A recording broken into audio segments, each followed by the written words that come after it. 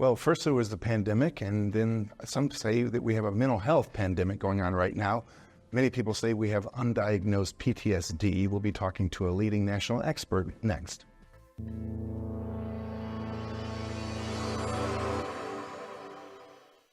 Many are predicting that the worst is yet to come, which is unfortunate, said one person here. Until now, they've enjoyed the reputation of being the nation's icebox. Watched a burglar in his home this morning by webcam. As a journalist of over 25 years, stories are what make my world turn. Reporting live from the Dallas newsroom tonight, Jeff Crilley, Fox 4 News. But in 2008, I took the jump from my familiar life and started a PR firm from my home. We're talking about anyone with a camcorder like the one I'm using becomes a television network. We started slowly growing the company, and we now have over 100 clients, and we've branched into the world of live digital broadcasting. I now own 8 different TV studios and have a huge team, and the stories that I now get to share are sometimes the most important of my life. Life has a funny way of coming around full circle. This is The Jeff Crilley Show.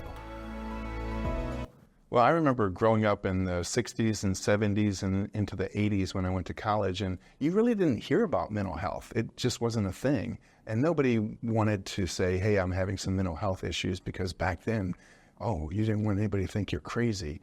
Fortunately, the stigma surrounding mental health is fading away.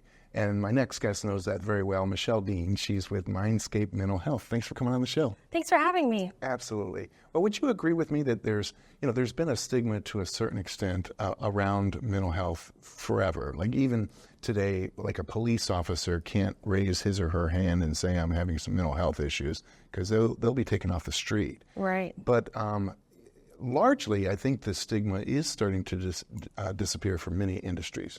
Yeah, I really have seen the stigma, even in my own industry, in the mental health industry. It's very prevalent and sometimes hard to go and seek mental health treatment, even in being in the mental health field. But I do think that it's lifting a little bit. I hear a lot of children and adolescents that I treat talk about, I referred you to one of my friends, or the parents saying, hey, my kid asked for therapy, which is really encouraging. Yeah, that's awesome. And you were telling me before the show that as far back as you can remember, you've always been kind of interested in mental health. In fact, in grade school and high school, others would turn to you and ask for your advice. Yeah, my mom had always told me, you should be a counselor, you should be a counselor. Everyone comes to you and talks to you about things, and you're really trustworthy. And I was like, no, I don't want to do that. And, 3 degrees later, I'm here. That's awesome. We've got some video from our library of just kids and teens with depression issues. And this is a timely segment because everybody's going back to school right now. Oh. Are the schools equipped to diagnose and treat mental health issues with kids? It depends. So their role isn't to diagnose. Now there is a difference between a school counselor versus a licensed professional counselor. Not that they don't have those tools, but their role is really to get the kids help they need. Now I have been seeing some of the larger schools incorporating LPCs on staff. So then some of the kids do report to someone. It is still that I see a problem that they still don't have the time. They're not having those one-on-one sessions, but it is really encouraging to be able to work with another LPC to say, hey, these are the tools that we have been working on in session that are working. If you can try these at school, that's been really helpful. Let's talk about social media and mental health. Because when I was growing up, there was no social media. Right. These days, you start to search the word depression on Facebook, and it feeds you more depression. So are you seeing kind of a downward spiral with people who are addicted to social media? So what I really see is people diagnosing themselves. A lot of times they're coming across, and this relates to me, and this relates to me. And I do like to tell my clients that, yes, they know themselves best, and I want to hear everything of why they related to it. But let's pull out the diagnostic and statistical manual and really look through at what that diagnosis looks like, because someone that you don't know what their credentials are on the other side. It could be another kid talking about it. It could be someone who's going through it.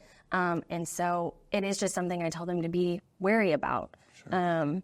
But to another point, I do believe them watching some of the things they watch does decrease their mental health.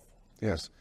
You're getting a lot of referrals these days from this page off of Psychology Today, and it's a very well-respected magazine, and obviously, so your rank on Google is very high.